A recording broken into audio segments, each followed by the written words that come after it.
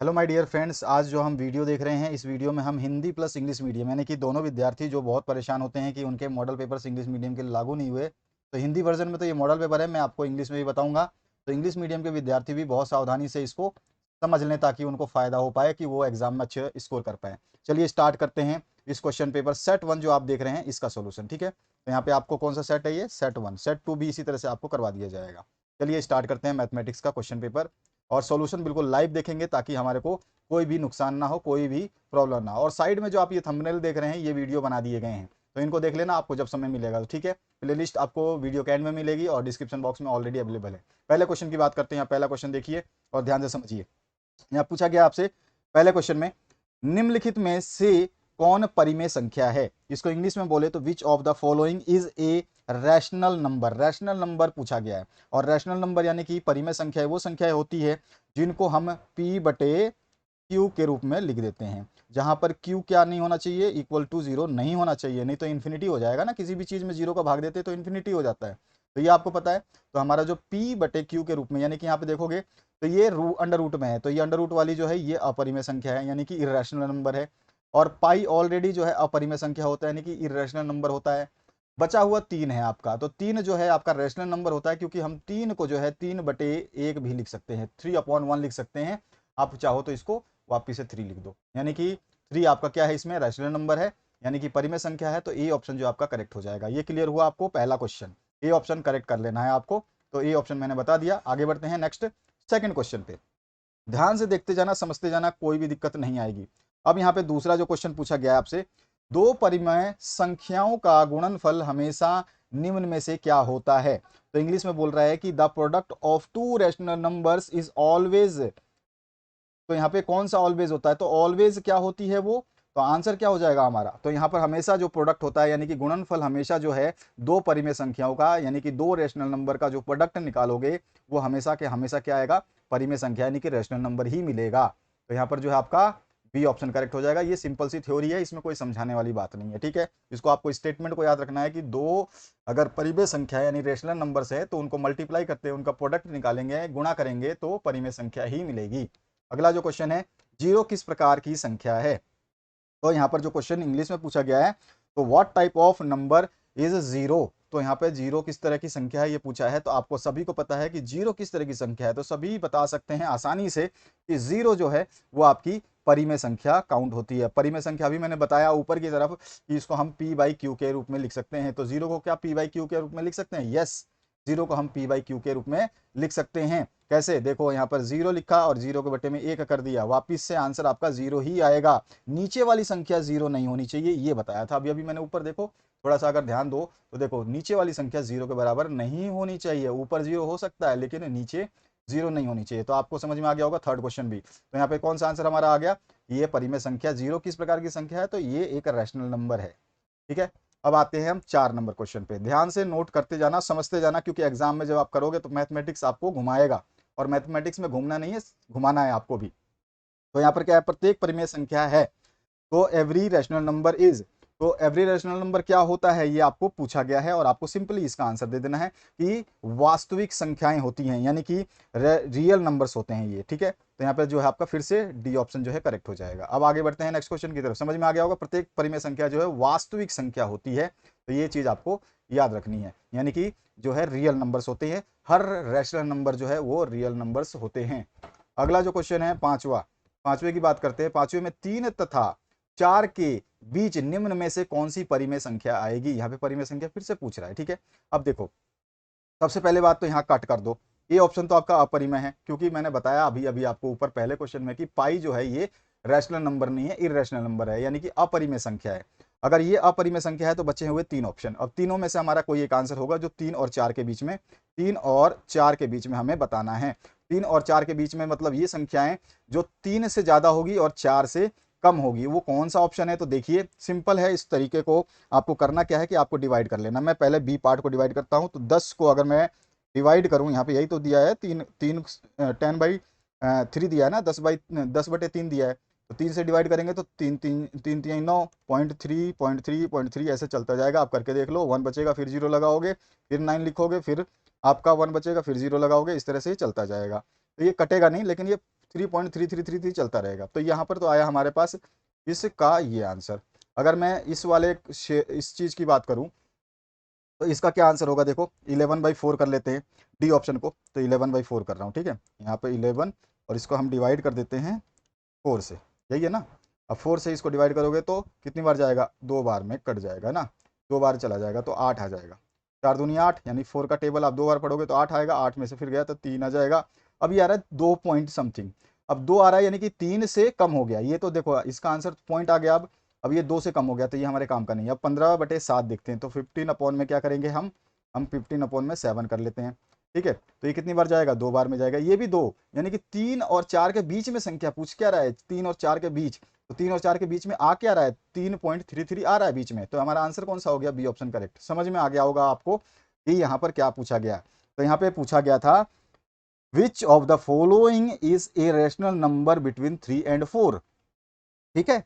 यानी कि 3 और 4 के बीच में जो है कौन सी परिमेय संख्या है इनमें से, चार ऑप्शन में से। तो हमारा जो ऑप्शन नंबर बी है ये सही है। आगे बढ़े नेक्स्ट क्वेश्चन की तरफ। मेरे हिसाब से आपको सभी को क्लियर हो रहा होगा, बहुत शांति से देखना, जल्दबाजी करोगे, देखो जल्दबाजी का तो वही है, शैतान का काम जल्दबाजी, ठीक है। बाकी आपकी मर्जी है। तो यहाँ पे मैंने बता दिया था, ये वीडियोस आपके सामने हैं, ये वीडियोस बन चुके हैं, इनको देख लेना। आगे चलते हैं क्वेश्चन नंबर 6 पे। सारे क्वेश्चन डिस्कस करूंगा, थोड़ा सा समय लगेगा लेकिन आपको समझाया जाएगा। अब यहाँ पे देखिए ये क्वेश्चन क्या आया हुआ है आपके पास में। यहाँ पे बोल रहा है कि 64 की पावर जो है वो x दे रहा है, यानी कि यहाँ पे मैं लिखना चाहूँ तो ये देखिए ने बोला है 64 की पावर x बराबर 8 है, ठीक है ना, यही बोल रहा है। अब इसने क्या बोला कि यहाँ पर जो है x की वैल्यू बताओ इन चार ऑप्शंस में से कौन सी होगी। तो अगर मैं देखूँ तो इस 64 को अगर मैं लिखना चाहूँ तो इसको लिख सकता हूँ 8 × 8, सभी को पता होगा ये 64 हो गया। समझ में आ गया, ये चीज़ 64 जो है वो 8 × 8 लिख सकता हूँ, 8 × 8 क्या होता है, 8 8 64, और इसकी पावर क्या दे रखी है, x दे रखी है। अब बराबर में क्या है, फिर से 8 आपका इक्वेशन में दे रखा है। आपने एक चीज पढ़ा होगा, चलिए उसको बाद में बताऊंगा क्योंकि अगला एक स्टेप। अब ये 8 × 8, यानी कि 8 × 8 को मैं क्या लिख सकता हूँ, 8 की पावर 2, सही है भैया, 8 की पावर 2 लिख दूंगा तो कोई दिक्कत तो नहीं है। अब इसकी पावर क्या है, पहले से क्वेश्चन में 8 × 8, 8 की पावर 2 का मतलब हो गया कि ये 64 बन गया। 64 की पावर पहले से क्वेश्चन में x दे रखी है, तो इसकी पावर x तो लेनी पड़ेगी, x है बराबर में 8। ध्यान से समझना क्योंकि ऐसे क्वेश्चन आपको घुमा देंगे, जरूरी नहीं है कि सेम टू सेम यही क्वेश्चन उठा के दे, घुमा देगा, ठीक है। अब देखिए 8 की पावर 2 की पावर x बराबर 8, ठीक है। ये अब आप यहाँ पे आ जाइए, एक्सपोनेंट और पावर घातांकों वाला जो चैप्टर है उसमें आपने पढ़ा होगा कि अगर m की पावर n है या फिर a की पावर m है, मैं इसको a की पावर कर लेता हूँ क्योंकि सारा कंफ्यूजन हो जाएगा। आप देखिए a की पावर अगर m है और इसकी टोटल पावर n है तो हम इसको क्या लिखते हैं, हम इसको लिख सकते हैं a की पावर m × n। कुछ समझ में आया कि अगर a की पावर, a मतलब कोई संख्या है, जैसे कि 8 कोई संख्या है, अगर उसकी कोई पावर है जैसे कि यहाँ पे m है और x की जगह n है, तो ये दोनों जो पावर में है ये दोनों आपस में गुणा हो जाते हैं। तो मैं यहाँ पे क्या लिख सकता हूँ, 8 की पावर 2 गुणा में x, समझ में आ गया होगा, बराबर में 8 है। अभी तक क्लियर हुआ, ठीक है। तो यानी कि मैं 8 की पावर 2x लिख सकता हूँ, 2 गुणा x बराबर क्या होता है, यानी कि 8 है। समझ में आता जाए समझते जाना, उतारते जाना, स्क्रीनशॉट लेते जाना, कोई दिक्कत नहीं है। कॉपी में कॉपी पेन लेके बैठ जाना, मैथमेटिक्स सीख रहे हो, मजाक नहीं है ये। अब यहाँ पे आपका आंसर देखो, कोई क्वेश्चन इतना छोटा मेरे को समझाने में टाइम लग रहा है, अदरवाइज तो मैं फटाफट फटाफट खींच के निकाल देता। अब आपको एक बार समझ में आ जाएगा तो आप सेकंडों में आंसर निकाल दोगे। अब यहाँ पर देखिए एक चीज और है, ये तो फॉर्मूला आपको समझ में आ गया। एक फॉर्मूला और होता है कि अगर a की पावर n हो, ठीक है, और बराबर में a की पावर m हो, इस तरह से, जैसे कि यहाँ पे देख रहे हो a क्यों लिखा है कि यहाँ पे भी 8 है और यहाँ पे भी 8 है, लेकिन इस 8 की पावर क्या है, 1, जिसकी पुछ नहीं होती है ऊपर उसकी पावर क्या होती है, 1 मानते हैं ना भैया, समझ में आ रहा है। तो इसकी पावर 1 है, तो यहाँ पे 8, a की जगह क्या है, 8 है। मैं ये सूत्र है, ये फॉर्मूला है, ठीक है, इस फॉर्मूले के हिसाब से बता रहा हूँ ताकि आपको समझ में आए। तो इसकी पावर n है और a की पावर m है, तो हमारा क्या होता है, जब दोनों बेस सेम होते हैं, नीचे वाली जो संख्याएं ये सेम होती हैं, तो पावर भी हमारे क्या होते हैं, बराबर होते हैं। तो n = m हो जाएगा। ये समझ में आया भैया, बोल दो हाँ, ठीक है।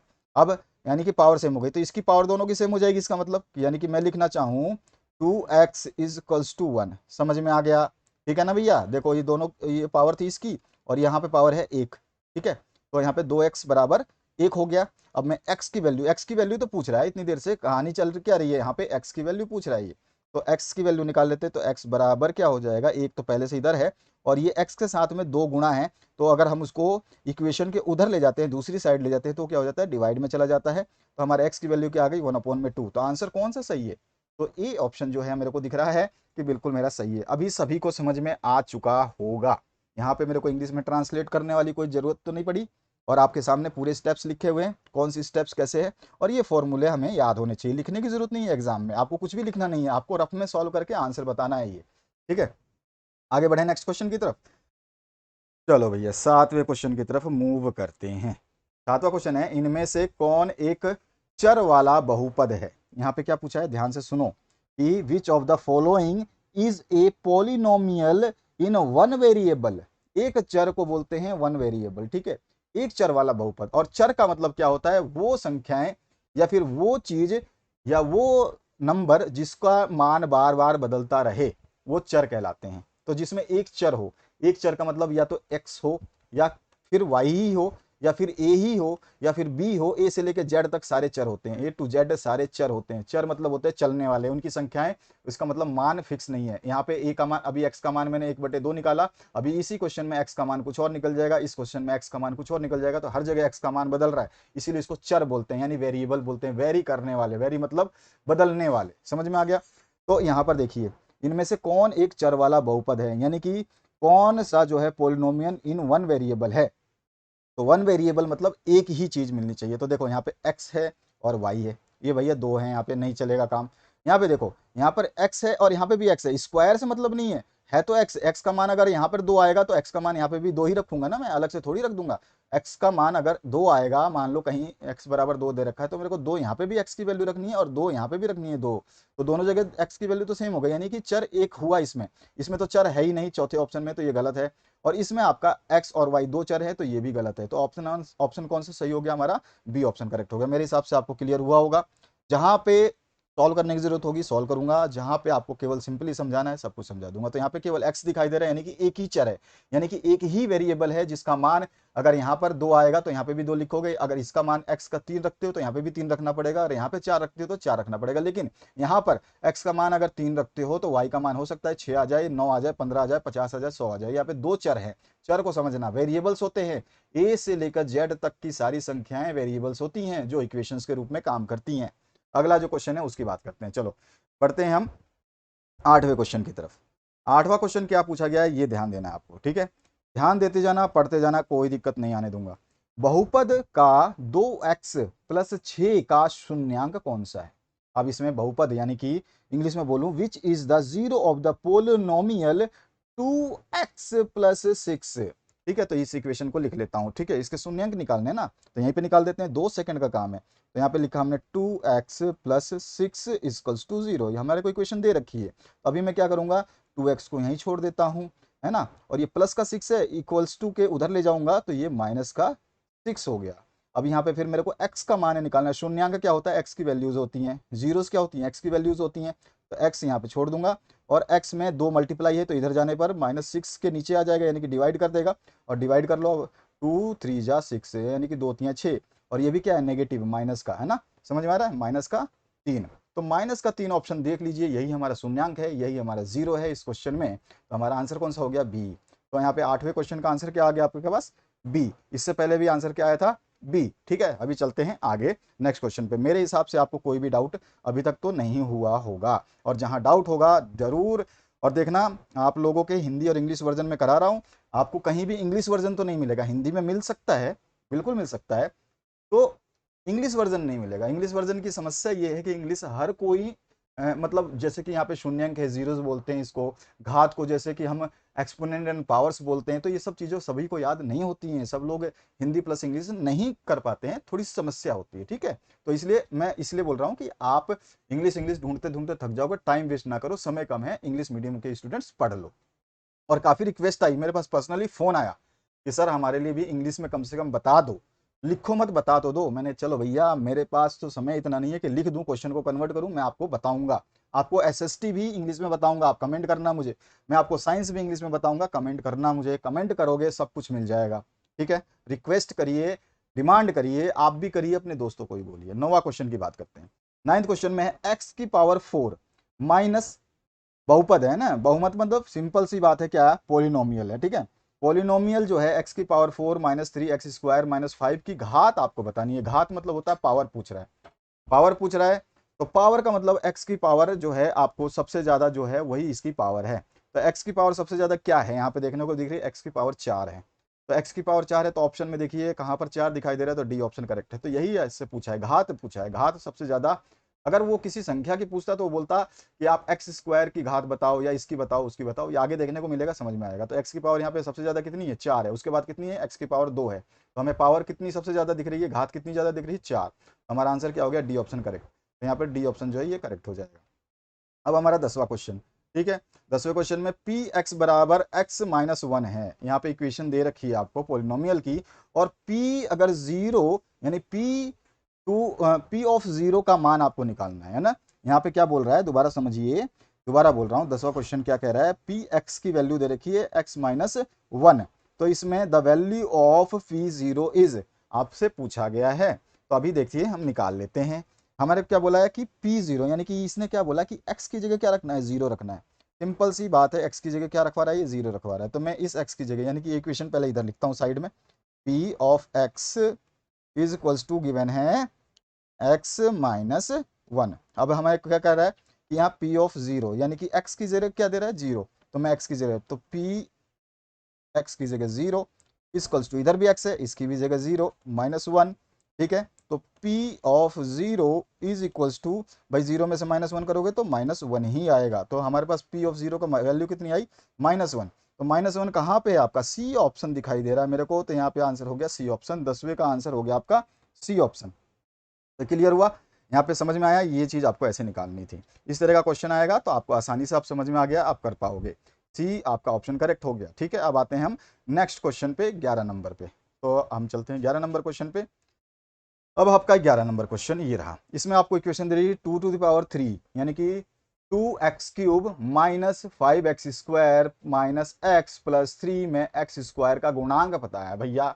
तो यहाँ पर क्या, गुणांक का मतलब क्या होता है, कॉफिशिएंट बोलते हैं। गुणांक मतलब होता है कॉफिशिएंट, इंग्लिश में, इंग्लिश मीडियम के लिए बता रहा हूँ ना भैया।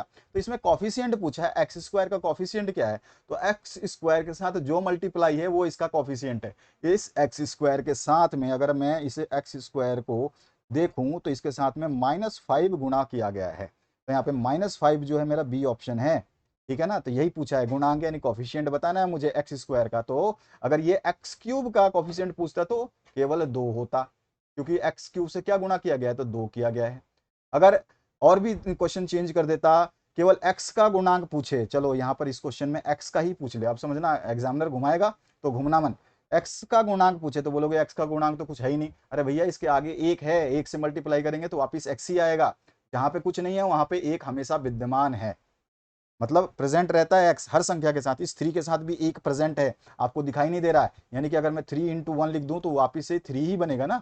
और इसी तरह से अगर ये माइनस का x है तो इसको अगर मैं -1 × x लिख दूं तो ये क्या बना, माइनस का x ही बना। यानी कि इसमें, इस -x में अगर केवल x का गुणांक पूछता तो क्या था, वो -1 था। क्योंकि माइनस का साइन भूलना नहीं है, प्लस है तो कोई दिक्कत नहीं है, लेकिन माइनस है तो माइनस को बताना, ठीक है। तो ये डी वाला ऑप्शन सही होता अगर वो x की पूछता। अभी पूछा क्या, x² का, x² के साथ है -5 मल्टीप्लाई, तो बी ऑप्शन करेक्ट हो जाएगा। यहां तक क्लियर हुआ। आगे बढ़ते हैं नेक्स्ट क्वेश्चन की तरफ, क्वेश्चन नंबर 12। अब देखिए क्वेश्चन नंबर 12 में, यदि किसी बहुपद px बराबर x की पावर 31 प्लस 1 को x-1 से विभाजित किया जाता है तो शेषफल होगा। अब इसको इंग्लिश में बता देता हूं ताकि जो बच्चे इंग्लिश मीडियम के मेरे साथ जुड़े हुए हैं उनको कोई दिक्कत ना हो। केवल मैं क्वेश्चन बता रहा हूं, सॉल्यूशन तो आपके सामने दे रहा हूं, हिंदी में भी बोल रहा हूं, इंग्लिश में बोल रहा हूं, समझना आपके ऊपर है ना। तो यहाँ पर दिया गया, अगर पोलिनोमियल जो है, इफ द पोलिनोम, बहुपद मतलब polynomial P X equals to x⁻³ 31 + 1 is divided by x-1, then what will be the remainder. शेषफल पूछा है। तो कोई बड़ी बात नहीं है, शेषफल का फॉर्मूला आपको अच्छी तरह से याद है। चलो यहाँ पे हम उसको ज्यादा डिस्कस नहीं करेंगे, वो लंबा प्रोसेस हो जाएगा। चलो इस तरह का क्वेश्चन आएगा तो करना क्या है, यहाँ पे देखिए आपको दिया क्या है, x-1। तो मुझे दिया हुआ है x-1। ये बराबर 0 के, ठीक है। तो यहाँ से x की वैल्यू क्या निकाल लूँ, तो 1 आ गया। समझ में आया कुछ? अभी हमारे को दिया क्या है, x माइनस 1 से डिवाइड करना है, जिससे डिवाइड करना है उसकी हम x की वैल्यू निकाल लेते हैं। x की वैल्यू क्या आ गई, 1 आ गई। अब x की वैल्यू मैं यहाँ पे रख देता हूँ, तो ये इक्वेशन लिख दूँ यहाँ पे, तो p x, ठीक है, इक्वल्स टू यहाँ पे दिया हुआ है x की पावर 31 प्लस में 1, ठीक है। अब मुझे करना क्या है, डिवाइड करना था ना, तो x की मैंने वैल्यू क्या निकाली, 1 निकाली, तो मैं सब जगह 1 रख देता हूँ। तो यहाँ रखा मैंने p और यहाँ पे आपको रखा 1, ठीक है, 1 इक्वल्स टू x की यहाँ पे फिर 1 की पावर 31 प्लस में 1, यही सही है। यानी कि अब मैं इसको सॉल्व करूँ तो ये क्या है, एक किसी भी चीज़ की पावर, यानी कि सिंपल एक की पावर उसी संख्या को उतने टाइम से मल्टीप्लाई करना है, यानी कि एक गुणा एक इंटू वन करते रहोगे 31 टाइम्स तक, तो आएगा क्या, फाइनली क्या आएगा, एक ही आएगा। समझ में आ रहा है ना? तो किसी एक की पावर अगर कुछ भी दिया हो, चाहे 1000 दिया हो, चाहे लाख दिया हो, एक की पावर कुछ भी हो, है यहाँ पे कुछ भी हो, कुछ भी हो, अगर एक की पावर, तो वो एक ही आएगा आंसर, ठीक है ना। तो यहाँ पे हमारे पास एक की पावर 31 है, तो आंसर क्या आया, 1, और प्लस में 1 है, तो प्लस में 1 इक्वल्स टू, यानी कि 1 प्लस 1 कितना आ गया, 2। तो हमारे पास आंसर क्या आ रहा है, 2। तो 2 कहाँ पे दिख रहा है भैया, 4 नंबर पे ही, 4 नंबर हमारा सही है, ठीक है। बहुत सिंपल था, बस यहाँ पे आप विभाजित करते, अब लेके बैठ जाते x की पावर 31 प्लस में 1। अब लो भैया डिवाइड करो इसको किससे, x माइनस 1 से। ये कहानी तो लंबी ऐसी हो जाएगी कि काटे ना कटे, ठीक है। तो ऐसा कहानी नहीं बनाना, कहानी बनानी है छोटी सी 2 अक्षरों की, जैसे हमने यहाँ पे बना के निकाल दिया, ये देखो बना के निकाल दिया, ठीक है। आगे बढ़ते हैं नेक्स्ट क्वेश्चन की तरफ।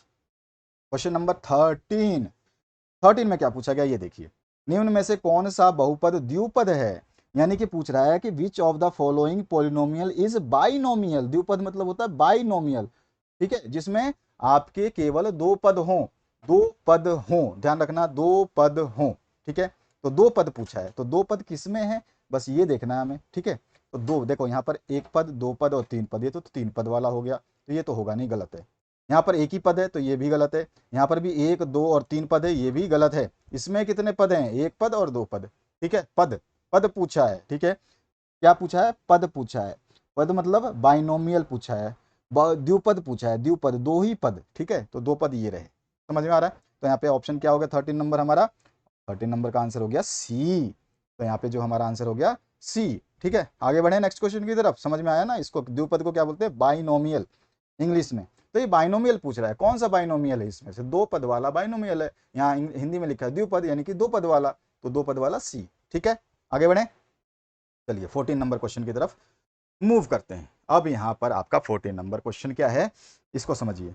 इसमें क्या दिया गया, एक्स, यहाँ पे लिख देता हूँ मैं आपके सामने, ताकि आपको दिक्कत ना हो, दिक्कत होनी नहीं चाहिए कभी भी। देखो यहाँ पे आपसे पूछा गया है x square minus 9x plus 14 का गुणनखंड आपको बताना है, यानी कि ये बोल रहा है कि factor of x square minus 9x plus 14, इसके फैक्टर्स बताने हैं आपको। तो चलिए निकालते हैं। फैक्टर्स निकालने के लिए दो चीजें ध्यान रखना, यहाँ पे मैं क्लियर करा देता हूँ, ताकि आप भले ही ना पढ़े हो अभी पढ़ लेना, ठीक है। फैक्टर निकालने का तरीका क्या होता है, सबसे पहले लास्ट वाली संख्या और स्टार्टिंग वाली संख्या के कांस्टेंट को गुणा करते हैं। कांस्टेंट मतलब इसके साथ एक्स के साथ क्या है, यहाँ पर तो यहाँ पर एक्स के साथ 1 है, दिख रहा है ना, मतलब नहीं होता है तो मैंने बताया था अभी कि उसके साथ 1 है।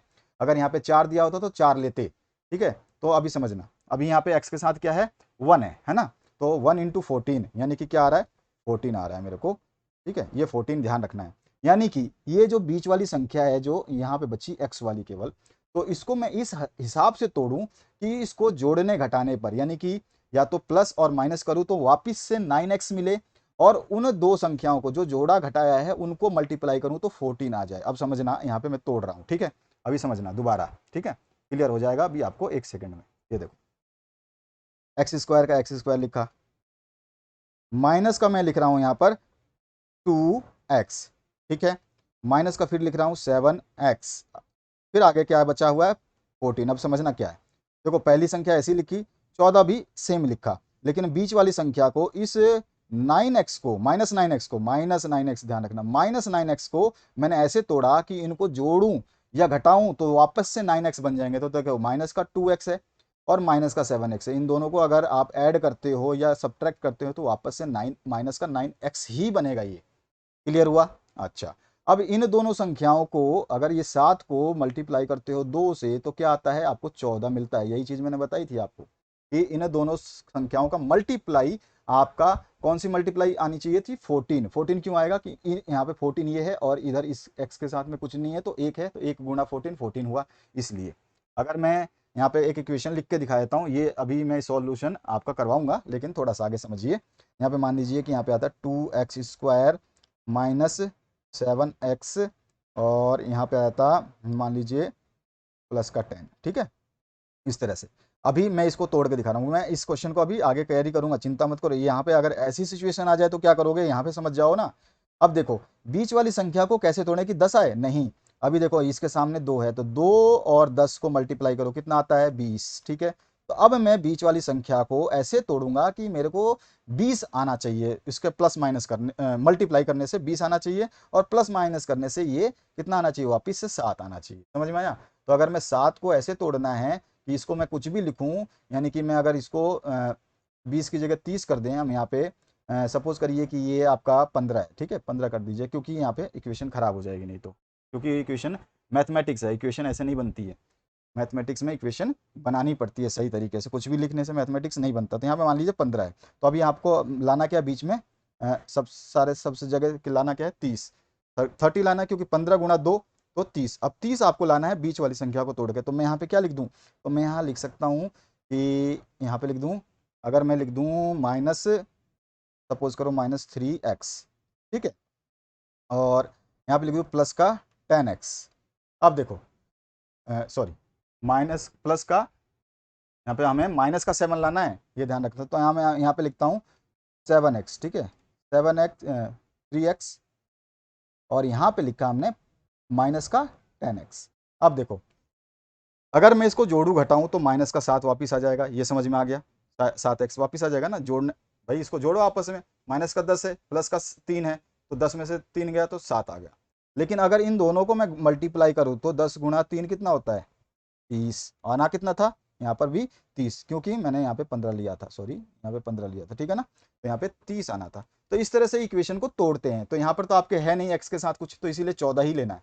तो यहाँ पर दो x² का x², 9 को इस हिस्से में तोड़ा कि इसको जोड़ने घटाने पे वापस 9 बन जाए, तो माइनस का 2x और माइनस का 7x, प्लस में 14 तो है ही, वो लिख दिया। अब मैं कॉमन ले लेता हूँ, यहाँ पे ले लेता हूँ x, बाहर लिया तो यहाँ पे x² में से x बचा, यहाँ पे माइनस का है तो माइनस लगाया, 2 बचा यहाँ पे, है ना, क्योंकि यहाँ से x बाहर निकाल दिया तो 2 बचा, तो 2 आ गया ब्रैकेट के अंदर। यहाँ पे फिर माइनस में यहाँ पे लेता हूँ 7 बाहर, और 7 बाहर लूंगा तो ब्रैकेट में अगर मैं कॉमन लूंगा, इन दोनों में से 7 ले रहा हूँ, अब इन दोनों में से ले रहा हूँ, ठीक है, पहले इन दोनों को एक साथ लिया था तो ये बना, ठीक है, अब इन दोनों को ले रहा हूँ। तो यहाँ पे देखो 7 मैंने बाहर निकाल लिया, माइनस का 7 बाहर निकाल लिया, तो यहाँ पे क्या आया, यहाँ पे आया आपका, यहाँ पे बचा क्या, x, और यहाँ पे प्लस का था तो यहाँ पे माइनस का करूंगा, यहाँ पे आ जाएगा 2।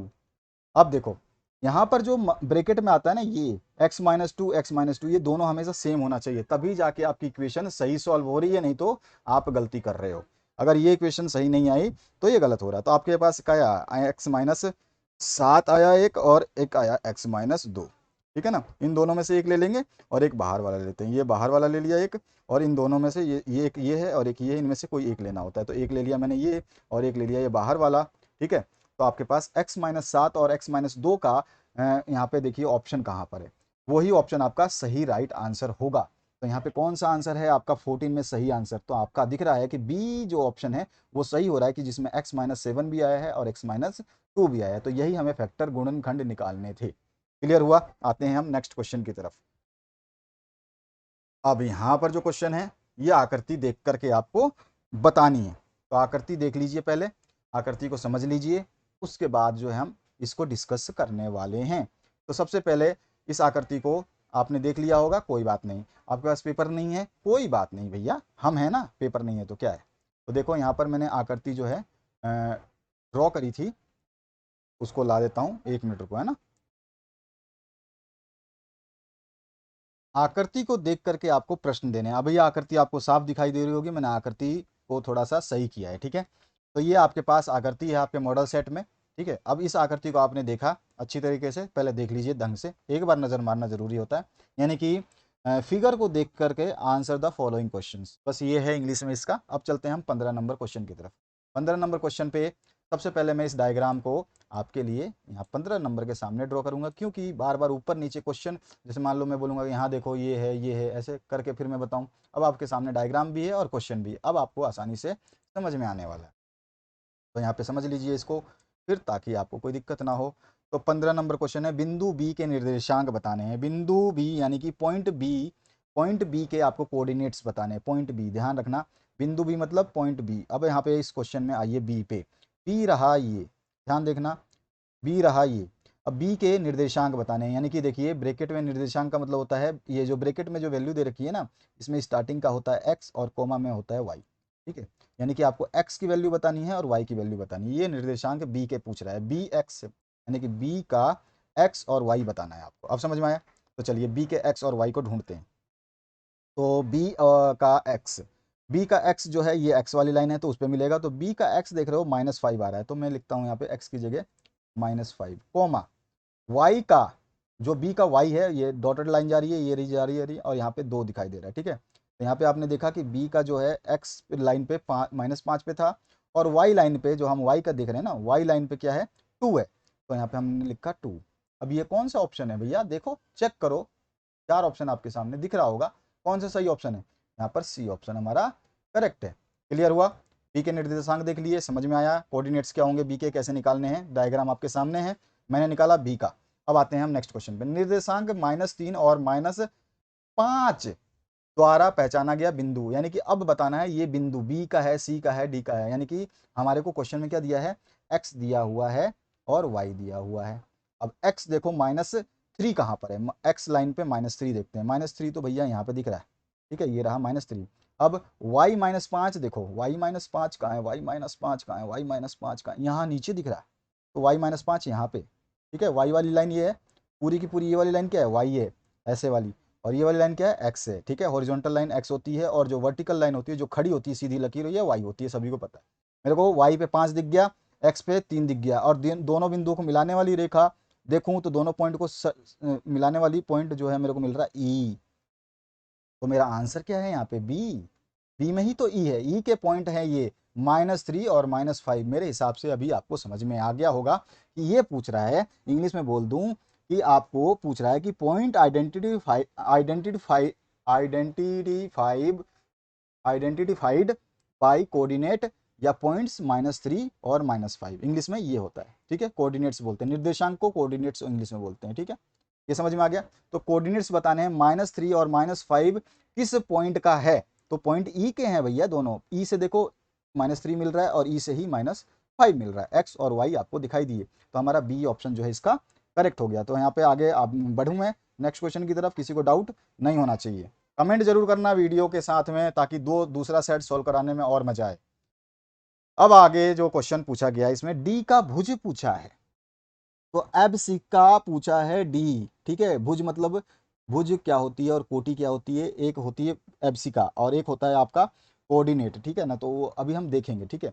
तो सबसे पहले एब्सिका देखो, एप्सिका पूछ रहा है आपसे, तो यहाँ पर जो है एप्सिका डी का ढूंढो, डी का एप्सिका। तो भुज जो है पूछ रहा है डी का भुज कौन सा है। तो क्वेश्चन नंबर 17 को बड़े ध्यान से देखना, डी पॉइंट का। तो डी देखो पहले, तो डी ढूंढो, डी कहाँ है, डी ये रहा। एप्सिका होता है जो एक्स के ऊपर मान हो, ठीक है, एक्स वाली लाइन पे। तो यहाँ पे डी का एप्सिका क्या दिख रहा है आपको, दिख गया, समझ में आया? ये होती है आपकी कोटि, सॉरी भुज, भुज होती है एक्स लाइन पे, कोटि होती है वाई लाइन पे, ठीक है। तो आपका एप्सिका पूछा है, इसको एप्सिका बोलते हैं, इसको ऑर्डिनेट बोलते हैं। इसको वाई एक्सिस पे अगर पूछेगा, कोटि, कोटि को बोलते हैं ऑर्डिनेट, इसको बोलते हैं एप्सिका, ठीक है ना। इसकी आपको याद भी होगा, आपने पढ़ा भी है, ठीक है। तो यहाँ पर जो है एप्सिका आपको बताना है, एप्सिसिका भी बोलते हैं। तो यहाँ पे डी का क्या है, 6 है, तो यहाँ पे आंसर क्या आ गया, ए ऑप्शन करेक्ट हो गया, सिंपल है। अब आते हैं हम 18 नंबर, बिंदु एच की कोटि पूछ रहा है। एच पहले देखो, सबसे पहले एच देखो, एच तो ये रहा, ठीक है। अब इसकी कोटि पूछ रहा है, कोटि का मतलब हुआ है वाई एक्सिस पे कहाँ है भैया एच, तो यहाँ पे -3 दिखा रहा है, कहाँ पे दिखा रहा है, -3 दिखा रहा है। तो -3 किस पोर्शन पे है, तो -3 तो भैया ये रहा, और -3 मेरे को ऑप्शन में दिख रहा है बी पे, तो ये रहा, ठीक है। तो ये एब्सिसा देख लिया, और दूसरा हमने देख लिया ऑर्डिनेट, ऑर्डिनेट होता है वाई एक्सिस पे, तो ऑर्डिनेट आ गया -3, -3 पूछा इसने। एच, एच की जो है, एच की एब्सिसा, सॉरी, आपसे ऑर्डिनेट पूछा है, ऑर्डिनेट जो है वो आपका वाई एक्सिस पे होता है, और कितना है -3, तो -3 का ऑप्शन कहाँ है, बी ऑप्शन, तो ये हमारा करेक्ट हो गया। क्लियर हुआ? तो डायग्राम से मेरे हिसाब से आपको सब क्लियर हुआ। अब आगे बढ़ते हैं नेक्स्ट क्वेश्चन पे। अच्छा, इसमें आपसे एक और पूछ लिया, बिंदु एम के निर्देशांक बताने हैं, तो मैं अभी इस डायग्राम को थोड़ा सा नीचे लाने वाला हूँ, ठीक है। आप देखो, आते हैं हम 19 नंबर क्वेश्चन पे। यहां पूछ रहा है आपसे, देखिए ध्यान से, 19 नंबर क्वेश्चन में बिंदु एम यानी कि आपका पॉइंट एम के निर्देशांक, यानी कि क्या पूछ रहा है, कोऑर्डिनेट्स पूछ रहा है, कोऑर्डिनेट्स ऑफ पॉइंट एम। तो यहाँ पे एम देखिए, पहले एम कहाँ पर है भैया, तो ए बी सी डी सब दिखाई दे रहा है, एम दिखा मेरे को यहाँ पर, आपको भी दिखाई दिया होगा एम। इस एम पॉइंट के कोऑर्डिनेट्स पूछ रहा है, तो ये एम पॉइंट कहाँ पे लाई कर रहा है, एम पॉइंट तो भैया इसी लाइन पे एक्स एक्सिस पे ही है ना। तो एक्स पे कितना है -3, और वाई पे है ही नहीं, एम तो भाई इसी लाइन पे है, एम का देखो डॉट डॉट कहीं भी आपको वाई पे नहीं दिखाई देगा, वाई को नहीं काट रहा है, वाई को ये वाली लाइन को एम नहीं काट रहा है, देखो ध्यान से, इस लाइन को एम नहीं काट रहा है, तो एम है -3, यानी कि अगर x की बात करूं तो -3 आ गया, लेकिन y क्या है, y तो है ही नहीं, तो y क्या है 0, तो -3 और 0 कहाँ पे आ रहे हैं वो हमें बता देना है। तो यहाँ पे देखो -3 और 0, बी ऑप्शन जो है आपका 19 नंबर का करेक्ट हो जाएगा। तो आपका 19 नंबर का क्या आंसर हो जाएगा, उसके बाद में आपका बी ऑप्शन जो है करेक्ट हो जाएगा। अब आते हैं हम 20 नंबर क्वेश्चन पे। ये बोल रहा है कि एक्स अक्ष और वाई अक्ष के कटान बिंदु को क्या कहते हैं। यहाँ बोल रहा है कि what is the point of intersection of x axis and y axis. Point of intersection, point of intersection मतलब ये लाइन मैंने खींची, ठीक है, और एक लाइन और खींची, इनका दोनों को जब काटती है वो पॉइंट ऑफ इंटरसेक्शन होता है। यहाँ पे पॉइंट ऑफ इंटरसेक्शन क्या है, ये वाला, इसको हम क्या बोलते हैं, ओरिजिन बोलते हैं इंग्लिश में, और हिंदी में मूल बिंदु बोलते हैं। तो हमारा आंसर फिर से B option, sorry D option जो है करेक्ट हो जाएगा। तो 20वें का आंसर क्या आ जाएगा, डी। यहाँ पे समझ में आ गया आपको कि हम इसको ओरिजिन बोलते हैं, और इंग्लिश में इसको मूल बिंदु को ओरिजिन बोलते हैं, और हिंदी में मूल बिंदु बोलते हैं। यहाँ पे क्लियर हुआ? आते हैं हम नेक्स्ट क्वेश्चन की तरफ, क्वेश्चन नंबर 21 पे। 21 नंबर क्वेश्चन देखिए ध्यान से, और इसमें क्या पूछा जा रहा है इसको समझिए। यहाँ पे देखिए, आपको यहाँ पे क्या दिया है, ये एक्स है, आपको बताया हूं मैं कि जब भी ब्रैकेट में कोई चीज देती है एक्स और वाई दिया होता है, ठीक है। तो यहाँ पर देखिए रेखिक समीकरण है 2x + 3y बराबर k है, तो k का मान आपको निकालना है। यहाँ पे क्या पूछा है, इंग्लिश में बोल देता हूँ, लीनियर इक्वेशन गिवन है आपको, linear equation 2x + 3y = k, then find the value of k। English में समझ में आ गया। और जो है आपको ये दे रखा है 2,0 जो है कोऑर्डिनेट्स, ठीक है, तो इसका कोई इशू नहीं है। अब आते हैं इसको सॉल्व करने। अब इसने क्या बोला, सीधा सीधा मैं यही सॉल्व कर दूंगा। देखो x की जगह क्या दिया है 2, y की जगह क्या दिया है 0, तो हमें x और y का मान रख देना है, आंसर आ जाएगा, यानी कि वैल्यूज रख देता हूँ। 2 इंटू एक्स क्या है हमारे पास अभी क्वेश्चन में, यहाँ पे देखो x की जगह क्या है 2, तो 2 तो पहले से यहाँ पे देखो 2 है ना, 2 गुणा एक्स है, तो 2 इंटू एक्स, एक्स की वैल्यू कितनी है 2, प्लस में कितना है यहाँ पे, प्लस में है आपका 3, इंटू में वाई की वैल्यू कितनी दे रखी है 0, तो इंटू में मैं कर देता हूँ 0, बराबर क्या दे रखा है के। क्लियर हुआ? तो यहाँ पे 2 2 ज़ा 4, तो यहाँ पे आ गया ये 4, मैं यहाँ लिख रहा हूँ 4, ये आ गया 4, 2 गुणा 2 4, प्लस में आपका 3 इंटू 0 0, बराबर आ गया के। तो के की वैल्यू क्या आ गई 4 बराबर के, तो आंसर क्या आ गया के का 4, कहाँ पे है ए। हो गया क्लियर? अरे भैया किसी को डाउट हो तो बोलना, ठीक है, जब तक बोलोगे नहीं तो मज़ा नहीं आएगा। हमेशा बोलो अच्छा लगा तो बोलना सर बहुत बढ़िया लगा, और सेट 2 भी ऐसे ही करवाना, ठीक है। और अच्छा नहीं लगा तो कौन सा क्वेश्चन नहीं अच्छा लगा, कौन सा समझ में नहीं आया, उसको पहले प्रैक्टिस करना है। ऐसे नहीं कि आपने मेरे एक वीडियो देखा, एक बार समझा और आप सोचो कि मैथमेटिक्स के महारत हासिल कर लोगे, तो ये गलतफहमी हो सकती है। तो क्या करें, आप प्रैक्टिस करें, किसी क्वेश्चन को 2 बार 3 बार तोड़ें, और तोड़ने के बाद देखो टूट जाएगा, टूट जाएगा तो समझ लो आपको आ गया। समझ गए? तो यहाँ पर जो है आपका 21 नंबर क्वेश्चन आ गया। तो यहाँ पे के की वैल्यू क्या आ गई, ये ऑप्शन हमारा करेक्ट हो गया। अब आते हैं 22 नंबर क्वेश्चन पे। दो चर वाले रेखिक समीकरण का मानक रूप पूछा, स्टैंडर्ड फॉर्म पूछ रहा है, क्या standard form of linear equation, ठीक है। तो standard form of linear equation जो होती है वो हमेशा होती है A X plus B Y plus C equals to 0, और ये हमेशा जो है एक स्ट्रेट लाइन ड्रॉ करती है, ठीक है। ये हमेशा जो है एक स्ट्रेट लाइन ड्रॉ करती है, ये वाली जो इक्वेशन आप देख रहे हैं ये हमेशा एक स्ट्रेट लाइन ड्रॉ करती है, ठीक है।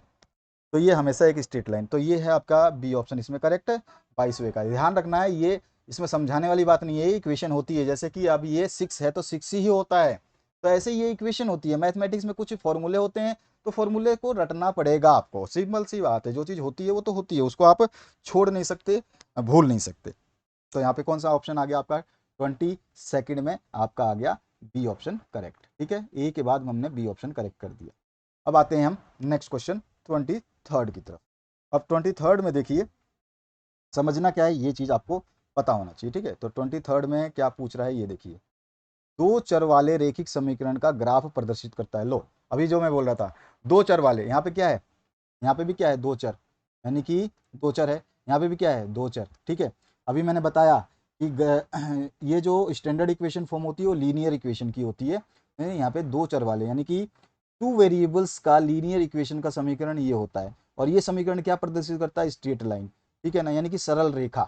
ठीक है, तो दो चर वाले, यहाँ पे पूछा क्या है, the graph of linear equation in two variable represents, क्या प्रदर्शित करता है ग्राफ, तो एक सरल रेखा प्रदर्शित करता है। तो आंसर हो जाएगा हमारा 23वें का ए ऑप्शन। ठीक है, अभी मैंने पहले में ही बता दिया था आपको, इसीलिए यहाँ पर आंसर सीधा सीधा आपको दिखाई दे रहा है, ए ऑप्शन। ठीक है, ऐसी इक्वेशन दो चर वाली रेखिक समीकरण का जब ग्राफ में प्रदर्शन करेंगे, ग्राफ मतलब आप जैसे आपने ग्राफ तो बनाया है बचपन से, ऐसा ग्राफ होता है ना, एक्स वाई खींचते हो, तो इसके ऊपर ग्राफ बनाते हो। मैं इसको थोड़ा सीधा बनाता हूँ, टेढ़ा बन रहा है। आप जब भी लाइन खींचते हो तो आप क्या खींचते हो, बिल्कुल स्ट्रेट खींचते हो, इस तरह से। जैसे मैं अभी स्ट्रेट खींच कर दिखाता हूँ आपको, तो आप कुछ इस तरह से खींचते हो। ठीक है ना, और फिर उसके बाद में आप कुछ इस तरह से खींचते हो अप्रोक्सीमेटली, है ना। अब ये जो है, इस पे कोई भी इक्वेशन हम ड्रॉ करते हैं, मैं इसको साइड में बनाता हूँ क्योंकि यहाँ पर आपको दिखाई ही नहीं देगा तो क्या फ़ायदा। मैं इधर साइड में बनाता हूँ, तो यहाँ पे देखिए, जैसे कि हमने माना कि ये इक्वेशन है। ठीक है, ये लाइन है कोई, और एक लाइन यहाँ पे मैं और खींच देता हूँ, ये लाइन है। तो ऐसा ग्राफ तो आपने बनाया होगा, इसमें आपका ये वाला एक्स एक्सिस हो गया, ये वाला आपका वाई एक्सिस हो गया। तो इसमें जो कभी भी कोई ग्राफ बनाते हो तो देखोगे ऐसे बनेगा, या आपका ग्राफ ऐसे बनता होगा, या ग्राफ आपका ऐसे बनता होगा। ऐसे थोड़ी बनता है, ऐसे ऐसे सांप सीढ़ी वाला नहीं बनता ना। तो ये सारी लाइनें क्या होती हैं ग्राफ में, स्ट्रेट लाइन को प्रदर्शित करती हैं, और उसकी इक्वेशन होती है A X plus B Y plus C. ठीक है, अब क्लियर हुआ। तो यहाँ पर हम 23 क्वेश्चन कर चुके हैं, 24 पे आते हैं। 24 में आपको x की वैल्यू दे रखी है, y की वैल्यू दे रखी है, निम्न में से किस रेखिक समीकरण का हल है। तो मुझे कुछ नहीं करना है, मुझे तो x और y की वैल्यू डाल देनी है सब जगह पे, मुझे पता चल जाएगा किसका हल है। तो मुझे क्या करना है, सबसे पहले पहली इक्वेशन में देखता हूँ। ठीक है, पहली इक्वेशन में अगर मैं x की जगह 5 रखता हूँ, तो मैंने रखा x की जगह 5। ठीक है, प्लस में क्या है, उसके बाद में दे रहा है 2y, 2 गुना y, 2y।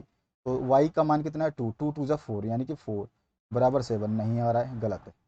ठीक है ना, मैंने क्या रखा, ये x की वैल्यू और ये y की वैल्यू जो है यहाँ पर x में और यहाँ पे y में रखा। तो मुझे ये इक्वेशन से 5 प्लस 4 9 प्राप्त हो रहा है, 7 नहीं, तो ये गलत है। अब मैं रखता हूँ मान यहाँ पर, तो 5 इंटू कितना रखना है, 5 पचम 25, ये तो बहुत ज़्यादा चला जाएगा, ये तो वैसे ही गलत हो गया। ठीक है, अब आते हैं इस वाले मान पे। तो यहाँ पे देखें, x की वैल्यू रखता हूँ 5 और y की रखता हूँ 2 बराबर 7। सी ऑप्शन तो सही आ रहा है भाई, 5 मान इसका रखा, y का मान 2 रखा, 5 और 2 7 होते हैं, और 7 दिया हुआ है। तो हमारा सी ऑप्शन जो 24 का है वो करेक्ट हो जाएगा। तो 24 का आंसर क्या हो गया, सी। समझ में आया कि नहीं आया। आपको केवल x और y की वैल्यू इक्वेशन में रख रख के देख लेनी है, कौन सा इक्वेशन सही है, बस उस पर टिक कर देना है। तो ये आपका सी ऑप्शन करेक्ट हो रहा है। बाकी इसमें रखोगे आप तो ये आ जाएगा 10 नहीं 25, और प्लस में 2 27, ये भी 27 28 27 की जगह ये आ रहा है आपका 29 के आसपास, ये आ रहा है 27, तो ये 7 के बराबर है नहीं। यानी कि जब ये इक्वेशन बराबर दिया है ना, यानी कि इधर की वैल्यू और इधर की वैल्यू बराबर होनी चाहिए सॉल्व करने के बाद में। ठीक है, तो यहाँ पे देखोगे तो यहाँ पे क्या आ रहा है, 5 प्लस में 2 बराबर 7। तो यहाँ पे हमने देखा कि 5 रखा x की वैल्यू, और y की वैल्यू रखी हमने 2, ये y की वैल्यू है, y वहाँ पे इधर रखा है 2, ये इधर रखा है x की 5। ठीक है, रखा तो ये 7 आ रहा है, 7 इधर दिया हुआ है, और इन दोनों को जोड़ूंगा भी तो भी 7 आ रहा है, और इधर जोड़ रहा हूँ तो भी इधर तो है ही 7, और इधर जोड़ा तो 7 है, दोनों तरफ क्या हो गया, बराबर हो गया। तो इसका इक्वेशन का हमारा सही हल सी ऑप्शन हुआ। अब 25वां क्वेश्चन, रेखिक समीकरण 2x plus 3y equals to 12 का एक हल है। एक हल आपको बताना है कि यहाँ पर कौन सा हल है। फिर से मेरे को क्या करना पड़ेगा, मेरे को 12 लाना है, मेरे को 12 लाना है। तो मैं x की वैल्यू इनमें से रख रख के देखूँ। सबसे पहले रखता हूँ 2 और 3। तो यहाँ पे मैं अगर 2 रखूँ, यहाँ पे 2 x की जगह 2 रख रहा हूँ और y की जगह 3 रख रहा हूँ, तो देखो 2 गुणा 2 4 हो गया, और यहाँ पे 3 तिहाई 9 हो गया, तो 9 और 4 13 हो गया, तो ये आ गया गलत। अब देखते हैं, रखता हूँ मैं बी ऑप्शन, ये तो फर्स्ट ऑप्शन करेक्ट नहीं है। दूसरा ऑप्शन रखता हूँ। देखो दूसरा ऑप्शन में क्या है, 3 है एक्स की जगह, तो एक्स की जगह रखा 3 और वाई की जगह रखना है मेरे को 2। ठीक है, तो ये 3 और 2, 3 × 2 कितने हो गए 6, और ये 3 दूनी 6 बराबर 12। ओहो, बी ऑप्शन ही करेक्ट है मेरा। ठीक है, तो हमारा आंसर जो है आपका 25 नंबर, इसका क्या आ गया, बी ऑप्शन करेक्ट है। तो हमारा बी ऑप्शन सही है। समझ में आया ना कि मैं एक्स और वाई की जगह केवल वैल्यू रख रहा हूँ इक्वेशन में, तो यहाँ पे मैंने वैल्यू रखी है। हटा दूँ इन सबको, थोड़ा सा क्लियर कर दूँ ताकि आपको दिखाई दे ढंग से। हाँ, तो मैंने यहाँ पे क्या रखा, ये 3 रखा एक्स की जगह, तो यहाँ पे 2 इंटू इंटू, ये एक्स नहीं है, इंटू इंटू क्या है, एक्स है, एक्स की वैल्यू क्या है 3, तो मैंने 3 रखा, प्लस 3 है यहाँ पर 3, वाई इंटू में है, कितना वाई इंटू में है, तो वाई की वैल्यू कितनी है 2, तो 2 रखूंगा, तो मैंने रखा यहाँ पे 2। ठीक है, इसको अब इसको, ये 3 दूनी 6, ये भी 6 हुआ, और 3 दूनी 6, ये भी 6 हुआ, दोनों को जोड़ा तो 12 आ रहा है। इधर भी 12 ही है, इधर भी 12 ही आ रहा है, इधर भी 12 ही आ रहा है, यानी कि दोनों तरफ 12 हो रहे हैं। तो मेरा इक्वेशन का हल जो है बी ऑप्शन है। क्लियर हुआ? आगे बढ़ते हैं नेक्स्ट सॉल्यूशन की तरफ। अब यहाँ पे जो पूछा गया है, यहाँ पे इस क्वेश्चन को अगर इंग्लिश में पढ़ना है किसी को तो बता सकता हूँ, बाकी इसमें कुछ है नहीं, हिंदी में बस समझा रहा हूँ कि ये चीज़ पूछा गया है। अगर फिर भी हम पढ़ें 24 क्वेश्चन को, तो यहाँ पे जो है solution of which for linear equation आपको बताना है। 24 नंबर में लीनियर इक्वेशन का कौन सा सॉल्यूशन है एक्स और वाई के लिए। और 25 नंबर अगर क्वेश्चन पूछें तो इसमें भी आपका 25 नंबर में पूछ रहा है सॉल्यूशन फॉर लीनियर इक्वेशन इसके लिए। ठीक है, अब आते हैं हम 26 नंबर पे। 26 नंबर में आपसे पूछा गया है कि पॉइंट जो है 2,3 x plus Y equals to 0, x plus Y equals to के द्वारा निरूपित रेखा पर स्थित है, तो के की वैल्यू जो है आपको बतानी है। यानी कि .23 lies on the line represented by X plus Y equals to K, then find the value of K. ठीक है, अब यहाँ पे हमको के की वैल्यू निकालनी है, तो मुझे क्या करना है, फिर से यार वही कहानी, ये क्या है मान एक्स का, ये क्या है मान वाई का, एक्स और वाई की जगह रख दूं, तो यहाँ पर रखा एक्स की जगह मैंने, एक्स कितना है 2, तो मैंने रखा 2, वाई का मान कितना रखा है 3, तो प्लस में है 3 बराबर है के, 3 और 2 5 बराबर है के, तो के की वैल्यू कितनी आ गई 5, तो ऑप्शन कौन सा हो गया, डी ऑप्शन करेक्ट। तो हमारा जो 26 नंबर क्वेश्चन है इसका आंसर आ जाएगा डी।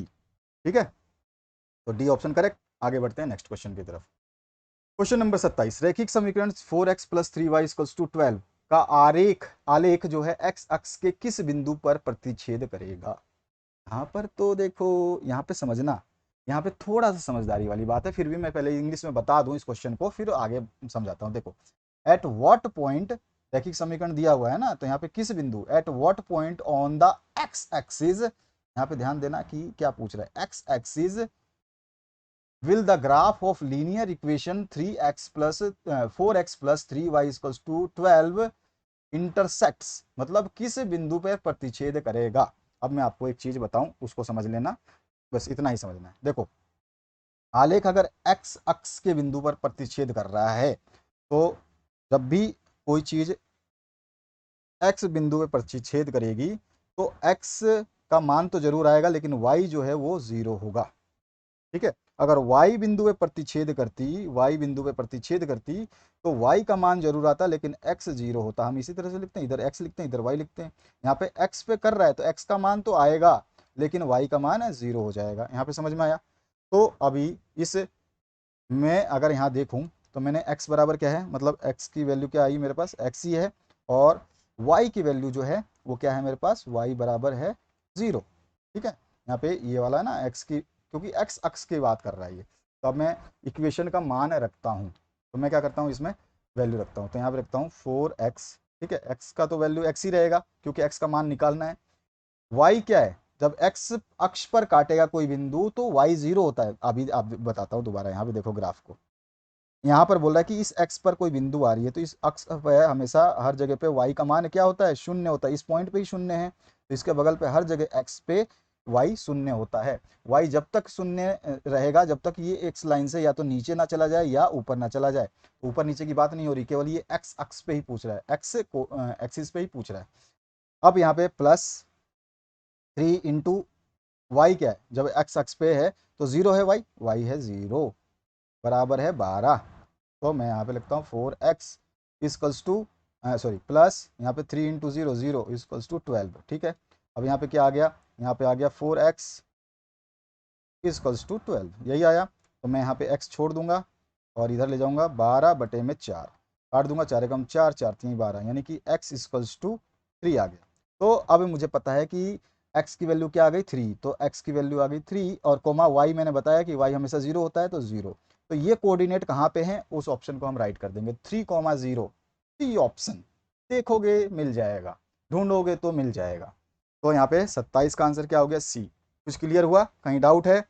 अगर ये बोलता वाई एक्सिस, अब दोबारा सुन लेना, दोनों ही चीजें बता रहा हूं, अगर बोलता ये वाई अक्ष पे किस बिंदु पे प्रतिच्छेद करेगा तो मैं एक्स को लेता 0 और वाई को लेता वाई। ठीक है, अभी मैं क्या करता फिर, अब मैं इसमें वाई की जगह वाई रखता और एक्स की जगह 0 रखता। तो मैं क्या करता, अभी देखो मैं इसको मानता हूं कि ये वाई बिंदु पे पूछ रहा है, माना कि ये वाई बिंदु पे पूछ रहा है, तो वाई के लिए मैं एक्स को 0 करूंगा, तो 4 इंटू एक्स का मान 0, इसी इक्वेशन को लिख रहा हूँ।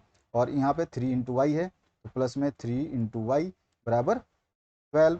ये तो 0 हो गया, तो 3y बराबर क्या हो गया 12, और y बराबर क्या होगा 12/3, और 3 चौक 12, यानी कि y की वैल्यू आ गई 4। तो y पे पूछता तो हम कहते कि x तो 0 होता लेकिन y का मान 4, तो 0 और 4 ऑप्शन आता, लेकिन यहाँ पे नहीं है क्योंकि इसने पूछा नहीं है, इसलिए ऑप्शन नहीं है। क्लियर हुआ भैया? चलो अच्छी बात है, हो गया। अगले क्वेश्चन की तरफ मूव करते हैं। नेक्स्ट बॉल आने वाली है आपके सामने 28 नंबर। तो 28 नंबर में पूछा गया है कि 60 का पूरक कोण का मान क्या होगा। देखो भैया, पूरक कोण की एक कहानी बता दूं आपको छोटी सी, कि जब भी कोई दो कोण मिल करके 90 डिग्री बनाएं तो वो एक दूसरे के पूरक कहलाते हैं, एक दूसरे के। ठीक है, यानी कि अगर मैं बोलूं कि कोई कोण x है प्लस में कोई कोण y है, ये दोनों मिल करके अगर 90 डिग्री बना देते हैं तो ये एक दूसरे के पूरक है। यानी कि x में y जुड़ा तो 90 बना, या फिर y में x जुड़ा तो 90 बना। यानी कि अगर ये बोलता है, मैं मान लूँ कि ये x बोल रहा है कि 60 डिग्री है, सपोज करो, तो x बराबर 60 डिग्री है, तो y की वैल्यू मुझे निकालना पड़ेगा जिससे ये 90 बनेगा।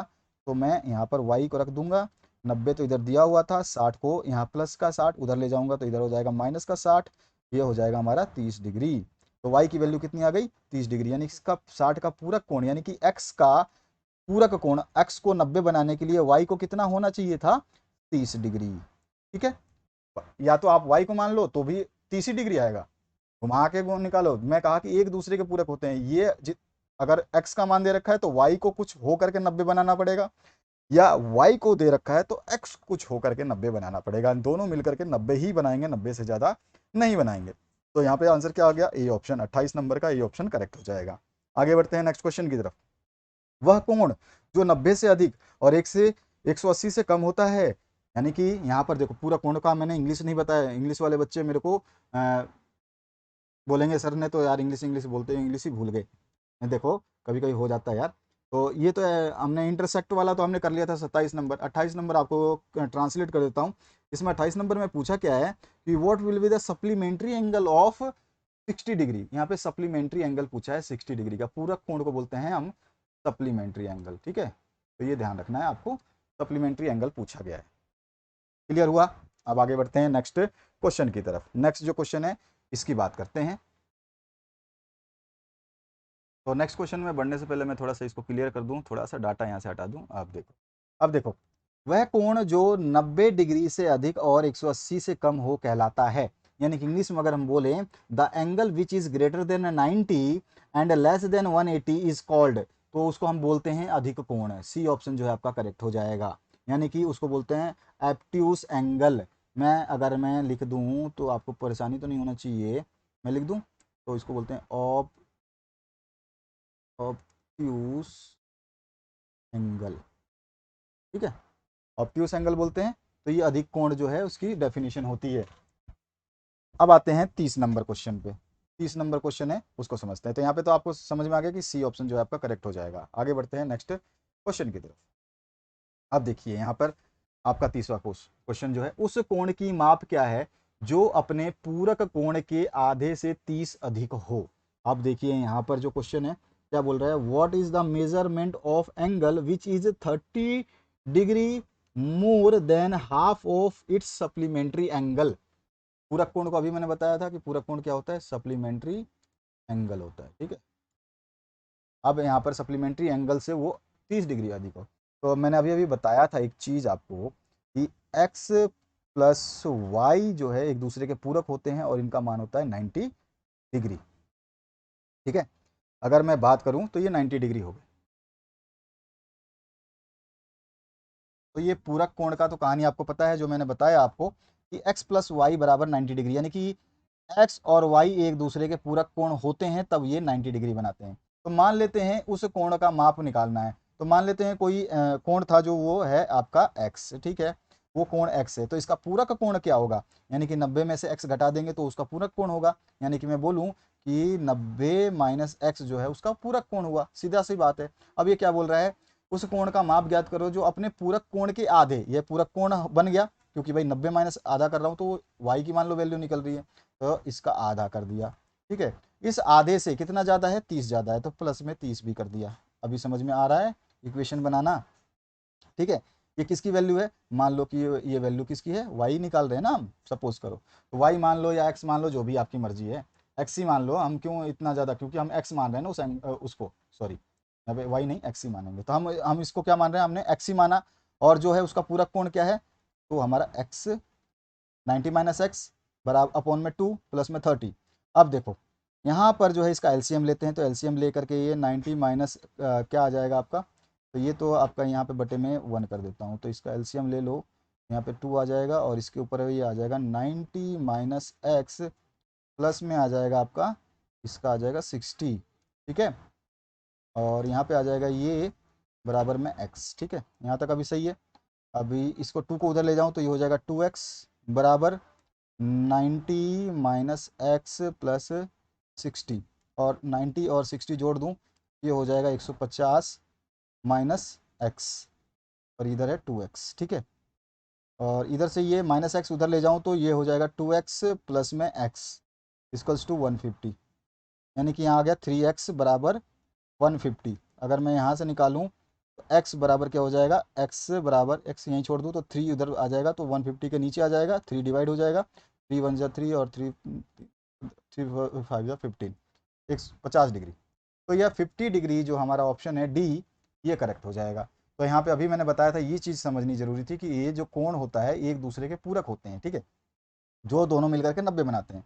माना कि वो कोण जो है वो कोण x है। ठीक है, अगर वो कोण x है तो उस इस x का जो पूरक कोण होगा वो 90 माइनस एक्स होगा।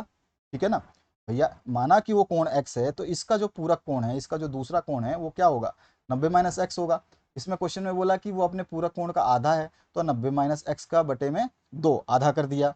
अब उससे 30 अधिक भी है, क्वेश्चन में क्वेश्चन घुमा रहा है, तो इससे 30 अधिक भी कर दिया। अब मुझे क्या करना है, सिंपली इसको सॉल्व कर देना है एलसीएम लेके। इसको सॉल्व करते करते आए, हमने देखा कि 150 बटे 3 आया और काटा तो 50 डिग्री आया, तो हमारा डी ऑप्शन जो है करेक्ट हो गया।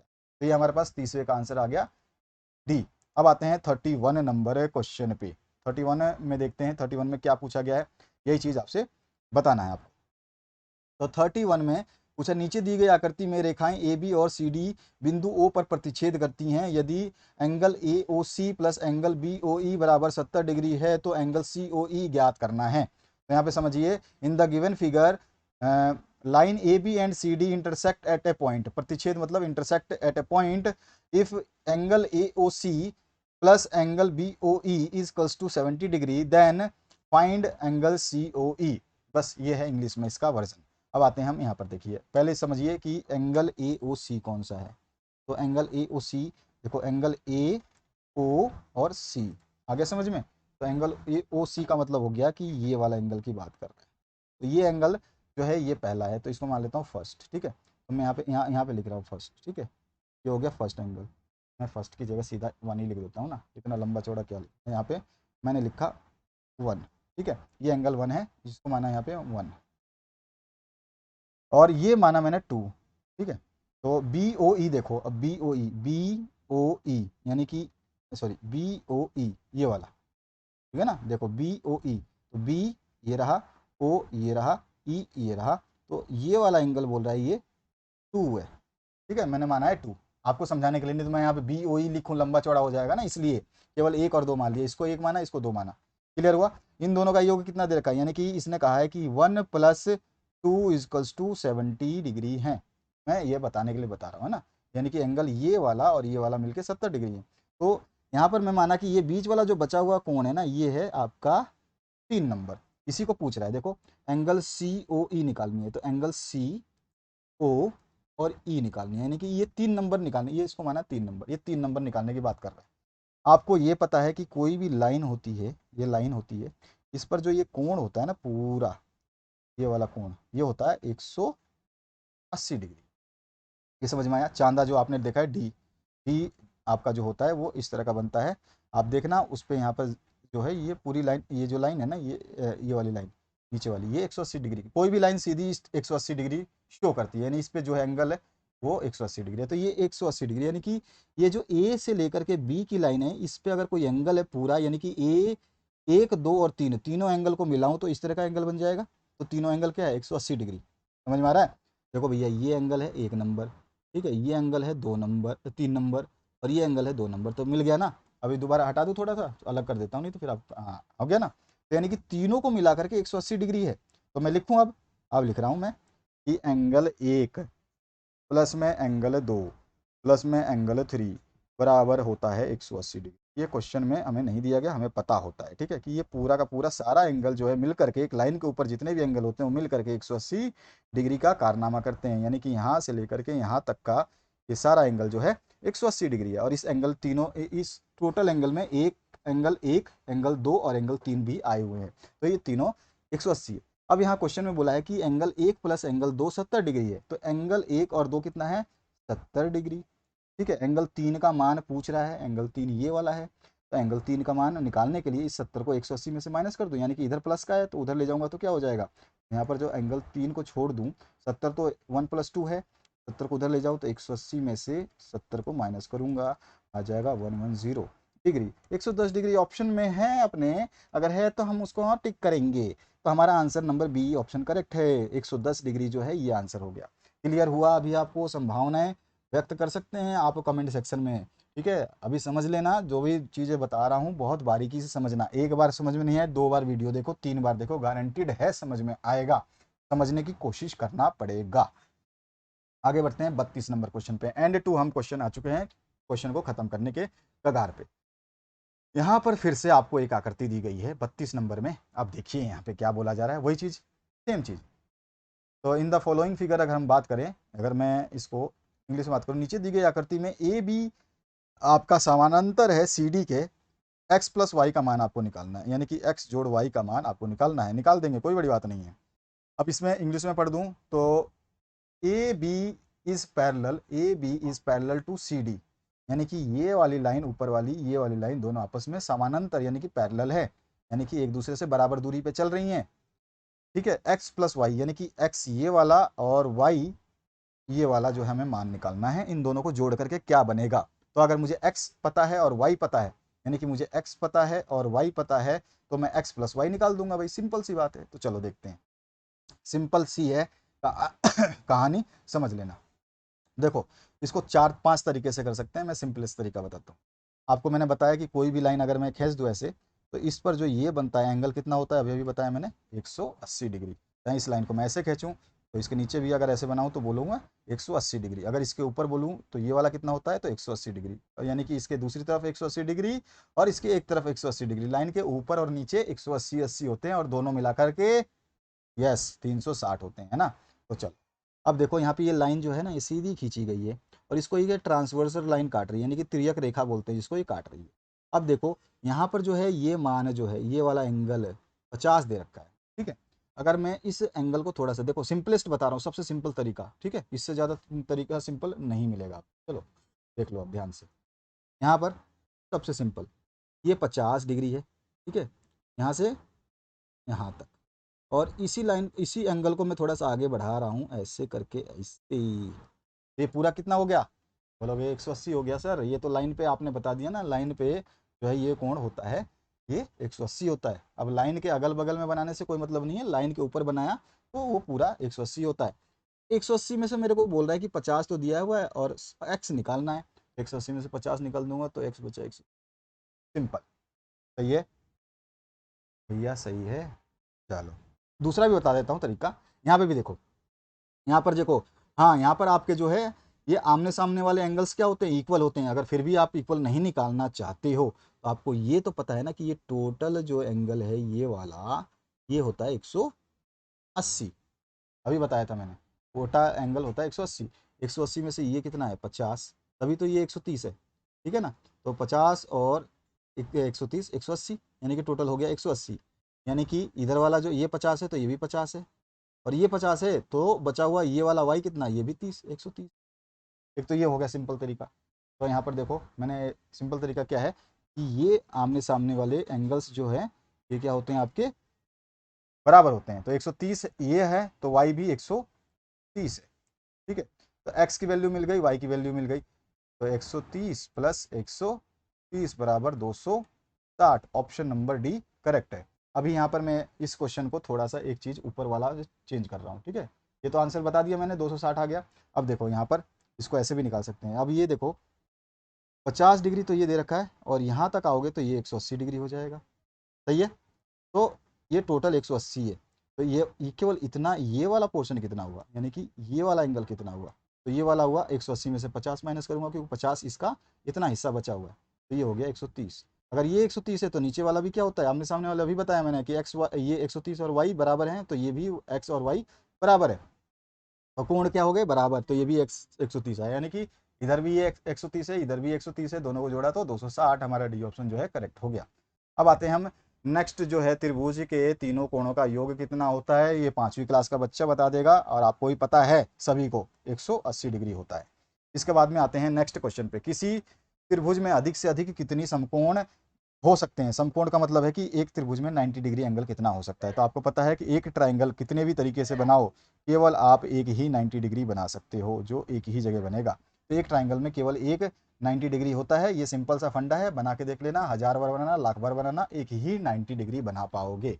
ठीक है, क्योंकि टोटल जो है इसमें कोण कितने होते हैं, तो एंगल होते हैं 1 2 3। ठीक है, 3 एंगल होते हैं, उसमें से एक 90 हो गया, टोटल तो एंगल 180 होता है एक सर्कल का, ट्राइंगल का। जो यही पूछा है ना, ट्राइंगल में कितना एंगल जो है होता है टोटल। अभी अभी ऊपर वाला क्वेश्चन क्या पूछा कि त्रिभुज के तीनों कोण, यानी कि the sum of 3 angles of a triangle आपको बताना है, तो वो तो होता है 180। 180 में से 90 जब आपका एक होता है तो दो जो होंगे वो 90 से कम कम होंगे, एक भी जीरो नहीं होगा, जीरो तो कभी होगा नहीं, तो एंगल ट्राइंगल बनेगा नहीं। तो अगर ये 5 डिग्री भी होगा तो ऑटोमेटिकली दूसरा वाला 85 हो जाएगा, यानी कि एक ही 90 डिग्री बनेगा किसी भी हालत में किसी भी तरीके से। तो यहाँ पे हम जो है क्या लिख देंगे, सीधा सीधा सी ऑप्शन करेक्ट कर देंगे। 35 नंबर क्वेश्चन पे आ जाते हैं, फटाफट कंप्लीट कर देते हैं। ठीक है, यहाँ पर क्या है, यहाँ पे बोला है ए बी और पी, ए बी के बराबर क्यू आर है, और बी सी के बराबर है पी आर, और सी ए के बराबर है पी क्यू। तो आपको बताना है इनमें से कौन सा केस सही है। तो केस आपको सही बताना है, मैं आपको केस बता रहा हूँ कि इसमें जो है हम इसको ड्रॉ करके देख लेते हैं ताकि हमारे को कोई भी मिस्टेक ना लगे। तो सबसे पहले मैं ड्रॉ करता हूँ एक दो ट्राइंगल्स। ठीक है, तो दो ट्राइंगल्स सेम टू सेम ऐसे कर लेते हैं। दो ट्राइंगल्स ये बना दिया एक मैंने, और एक ट्राइंगल इधर बना देता हूँ। हो गया।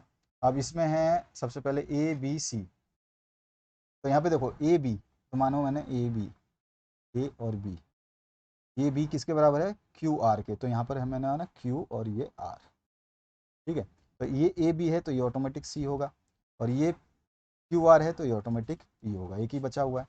तो यहाँ पे देखो, अब ध्यान से देखना कि इसमें बोला कि ए बी, जो ए बी है वो क्यू आर के बराबर है, तो यानी कि ए बी जो है वो क्यू आर के बराबर। ठीक है, अब ये बोल रहा है बी सी जो है पी आर के बराबर, बी सी ये डबल लाइन खींच रहा हूँ, बी सी जो है वो पी आर के बराबर है, पी आर के बराबर है डबल लाइन वाली।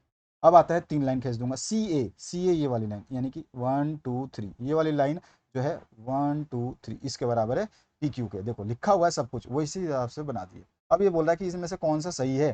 तो देखो अगर मैं लिखूं ए बी सी बराबर क्यू आर पी, जैसे चलूंगा इधर, जिधर जिधर भी नाम जिधर से शुरू करूंगा उधर ही ट्राइंगल में भी नाम शुरू करूंगा। अगर मैं यहाँ से ए से शुरू करता हूँ तो मैं लिखता हूँ ट्राइंगल जो है आपका, अगर मैं लिखूँ तो यहाँ लिख देता हूँ। ठीक है, यहाँ पे देखिए इसको देखो ध्यान से, तो यहाँ लिखता हूँ मैं कि ट्राइंगल ए, पहले ए लिया फिर बी ले रहा हूँ, बी और फिर उसके बाद में सी जो है ये कॉन्ग्रुएंट और जो है होगा किसके, क्यू आर पी के, क्यू आर पी के। ये वाला केस है क्या इसमें, ए बी सी है लेकिन पी क्यू आर है, और मुझे चाहिए क्यू आर पी, जो कि पॉसिबल नहीं है, तो ये केस हो गया गलत। तो अभी मैं क्या करता हूँ, सी बी ए लेता हूँ। सी बी ए बोल रहा है, सी बी ए, उल्टा चलते हैं। तो मैंने यह लिया सी बी ए। तो अगर इस ट्राइंगल से मैं लेता हूँ सी बी ए, ये वाला सी लिया, फिर बी लिया, फिर ए लिया, तो इसमें भी क्या लूंगा, पी लूंगा, फिर आर लूंगा, फिर क्यू लूंगा, उसी तरह से चलूंगा। तो ये कॉन्ग्रुएंट होगा पी आर क्यू के। तो पी आर क्यू ऐसा कुछ है, पी आर नहीं। अब यहाँ पे क्यू बीच में फंस गया, इसमें ये बीच में फंस गया, तो ये भी इसके बराबर नहीं है। ए बी सी नहीं हुआ सही, क्योंकि ए बी सी के बराबर में ये चाहिए था, ये इधर मिला नहीं। अच्छा, सी बी ए हमने ले लिया, इसके कहने से ये वाला ले लिया, लेकिन जब सी बी ए से कंपेरिजन किया तो हमारा आया पी आर क्यू, और यहाँ पे दिया पी क्यू आर, तो ये गलत हो गया। अब आता है थर्ड, बी ए सी ले रहा है, ये बी ए सी ऐसे ले रहा है। तो मैं बी ए सी ले लेता हूँ, बी ए सी, और ये कॉन्ग्रुएंट किसके होगा, बी ए सी आर क्यू पी के। तो यहाँ पे लिखा आर पी क्यू। अब ये वाला ऑप्शन है कहीं, देखते हैं, बी ए सी तो है, मिल गया, बी ए सी ये रहा। आर पी क्यू, यहाँ पे आर पी, ओहो मिल गया क्या, ध्यान से देखें, आर पी क्यू, बी ए सी, ठीक है। आर नहीं, यहाँ पे गलती कर दी ना मैंने लिखने में, आर क्यू है, और यहाँ पे पी है। देखो, यहाँ पे बी लिया पहला, यहाँ पे बी लिया, यहाँ पे फिर क्या लूंगा, उसी के हिसाब से आर लूंगा। बी ये लिया तो आर ये लूंगा, अब ए लूंगा तो क्यू लूंगा, तो क्यू लिया ना, आर के बाद में क्यू लूंगा, तो आर क्यू, और उसके बाद में पी, तो आर के बाद में पी। तो मैं दोबारा सही लिख रहा हूँ, दोबारा लिख रहा हूँ, ध्यान देना, यहीं लिख देता हूँ। हमने लिया बी ए सी, कॉन्ग्रुएंट इक्वल होगा हमारे इस ट्रायंगल के हिसाब से आर क्यू पी के, जो कि यहाँ पर आर पी क्यू है। यानी कि इसमें तीनों केसेस में हमने इसके हिसाब से चेक किया, तो हमारे को नहीं मिल रहा ट्रायंगल। या तो ट्रायंगल का आंसर ये होता, या ट्रायंगल का आंसर ये वाला होता, या ट्रायंगल का आंसर ये वाला होता, तीनों मिल जाते, तीनों में से कोई मिल जाता तो हम कह देते करेक्ट है, लेकिन इनमें कोई सा नहीं है, तो उपरोक्त में से कोई नहीं। ठीक है भैया, जैसे बोला वैसे बनाया हमने। यहाँ पे ए बी को बराबर किया क्यू आर से, हमने ए बी को बराबर किया क्यू आर से। इसने बी सी को बराबर किया पी आर से, हमने बी सी को बराबर किया पी आर से। ठीक है, इसी तरह से फिर इसने सी ए को बराबर किया सी ए को बराबर किया पी क्यू से, तो पी क्यू से हमने बराबर किया। लेकिन जब हमने लिखा तो हमने देखा कि अगर हम ए बी सी लेते हैं, जैसे कि मान लो ए बी सी लिया इसने, तो ए बी सी लिया, तो इसी तरह से दूसरे का नाम भी लेंगे ना, क्यू आर पी, तो यहाँ पे क्यू आर पी नहीं मिला। अगर हम सी बी ए लेते हैं तो इसका लेते हैं सी बी ए, तो सी बी ए लेते हैं तो हमें यहाँ पे पी आर क्यू लेना है, तो यहाँ पे पी आर क्यू नहीं मिला, पी क्यू आर मिला, ये भी गलत हो गया। हमने फिर बी ए सी लिया उसके हिसाब से, जो बोल रहा है क्वेश्चन में उसके हिसाब से चला, बी फिर ए और फिर सी लिया, यानी कि इधर से चले बी फिर ए और फिर सी लिया। तो यहाँ पे हम क्या करेंगे, आर क्यू और फिर पी लेंगे, तो आर पी क्यू, ये अगर ये वाला मिल जाता तो, लेकिन नहीं मिला, आर पी क्यू नहीं मिला, आर क्यू पी हमें चाहिए, और आर पी क्यू लिखा हुआ है, तो ये भी हमारा ऑप्शन नहीं है। तो ऑप्शन नंबर हमारा जो चौथा है ये सही हो जाएगा। अब 36 नंबर क्वेश्चन है, बस एंड टू क्वेश्चन के पहुंच चुके हैं। निम्नलिखित में से कौन त्रिभुज के सर्वांग समता की कसौटी नहीं है। तो भैया यहाँ पे सिंपल सी बात बता दूं कि आपका सर्वांग सम की कसौटी जो है ना, वो सी ऑप्शन नहीं है, क्योंकि किसी भी ट्राइंगल में जो है साइड साइड और फिर एंगल नहीं लिया जाता। ठीक है ना, यानी कि साइड ले लो फिर साइड आए और फिर एंगल आए, ऐसा नहीं होता है, या तो एंगल बीच में आना चाहिए। ठीक है, तो यहाँ पे जो है ये साइड एंगल साइड ये होता है, एंगल साइड एंगल होता है, और साइड साइड साइड होता है, लेकिन जो है आपका साइड साइड एंगल नहीं होता है, यानी कि भुजा भुजा और फिर कोण नहीं होता। ठीक है, तो ये हमारा सी ऑप्शन जो है सही हो जाएगा, सी ऑप्शन करेक्ट है। इसके बाद में इसमें क्या पूछा है, नहीं है, नहीं है तो सी ऑप्शन करेक्ट है, साइड साइड एंगल नहीं होता, यानी भुजा भुजा कोण नहीं होती है सर्वांग समता की कसौटी। अब इसके बाद आते हैं 37 नंबर क्वेश्चन पे। 37 नंबर क्वेश्चन में पूछा क्या है उसको देख लीजिए। 37 में पूछा है, दो त्रिभुज सर्वांग सम होते हैं यदि इन त्रिभुज के दो कोणों के युग्म, कोणों नहीं कोणों का युग्म जो है, युग्म बराबर हो तथा कोणों का, ठीक है, कोणों का युग्म बराबर हो तथा वह भुजा जिस पर दोनों कोण बन रहे हैं बराबर हो, तो किस प्रकार सर्वांग सम होंगे। तो यहाँ पर जो को ध्यान से समझना क्या है, क्या बोल रहा है वो चीज समझनी। तो यहाँ बोल रहा है ये 37 में कि दो त्रिभुज सर्वांग सम होते हैं यदि इन त्रिभुजों के, यदि इन त्रिभुजों के दो कोण युग्म बराबर हो, यानी कि मैं बताऊं कि दो त्रिभुज, जैसे कि एक त्रिभुज ये बनाया और एक त्रिभुज ये बनाया, ठीक है। तो इसमें बोल रहा है कि ये कोण और ये कोण जो है, यानी कि ये कोण और ये कोण जो है, ये क्या हो, युग्म बराबर हो। युग्म मतलब जोड़े, ये जोड़े और ये जोड़े बराबर हो, तथा वह भुजा जिस पर ये दोनों कोण बने हैं वो भी बराबर हो। यानी कि ये वाली जो साइड है, ये वाली जो साइड है जिस पे ये एंगल बना हुआ है, और यहाँ पे ये वाली साइड है जो ये एंगल बना हुआ है, तो ये किस तरह का सर्वांगसम होगा, यानी कि किस तरह के कॉन्ग्रुएंसी नियम है। तो यहाँ पे एंगल है, फिर साइड है, फिर एंगल है। यहाँ पे देखो एंगल है, फिर साइड है, फिर एंगल है। तो angle side angle, A option जो हमारा करेक्ट हो जाएगा, तो ए ऑप्शन करेक्ट कर लेना। ठीक है, यहाँ पे एकदम राइट आंसर बता रहा हूँ, ध्यान रखना। एंगल साइड एंगल जो है ये हमारी कॉन्ग्रुएंसी की प्रॉपर्टी है, या फिर सर्वांगसम इस प्रकार से होंगे, इस नियम से, एंगल साइड एंगल से। ठीक है, अब आते हैं हम समबाहु त्रिभुज का प्रत्येक कोण। यार समबाहु त्रिभुज सब जानते हैं, सभी कोण बराबर होते हैं, यानी कि एक कोण में एक त्रिभुज में तीन कोण होते हैं और तीनों कोणों का मान 180 डिग्री होता है। तो तीन कोण में से एक एक कोण कितने का होगा, 60 डिग्री का, 6 3 6 18, 60 डिग्री का, यानी कि हर कोण जो है 60 डिग्री का होगा। ये ऑप्शन इसमें भी करेक्ट हो जाएगा। अब आते हैं हम आपके नेक्स्ट क्वेश्चन की तरफ। तो आपका 37 हो गया, 38 हो गया, अब 39। अच्छा, मैं इसको इंग्लिश में बता देता हूँ कि जो है इसमें आपसे क्या बोला गया है।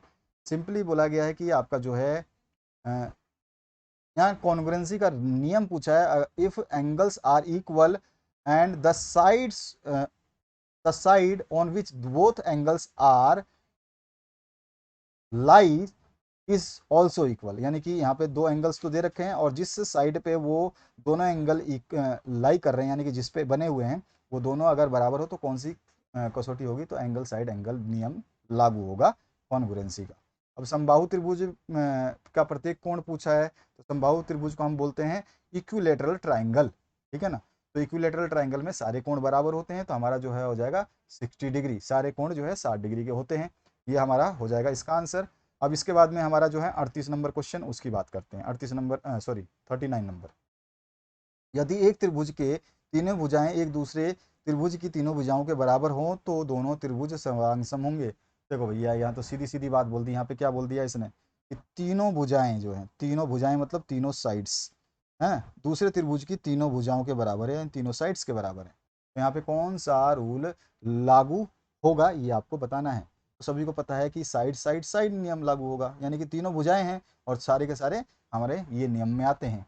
ट्रिपल एस रूल जो है कॉन्ग्रुएंसी का लागू होगा। If all three sides of one triangle is equal to all three sides of another triangle then the both triangles are congruent by triple S rule. ठीक है, तो यहाँ पर एस एस एस नियम से ये सर्वांगसम होंगे, क्योंकि यहाँ पे तीनों भुजाएं बोली हैं, यहाँ पे भी तीनों भुजाएं दे रखी है। तो ए ऑप्शन करेक्ट हो जाएगा। अंतिम प्रश्न, आकृति में त्रिभुज जो है बी ओ सी,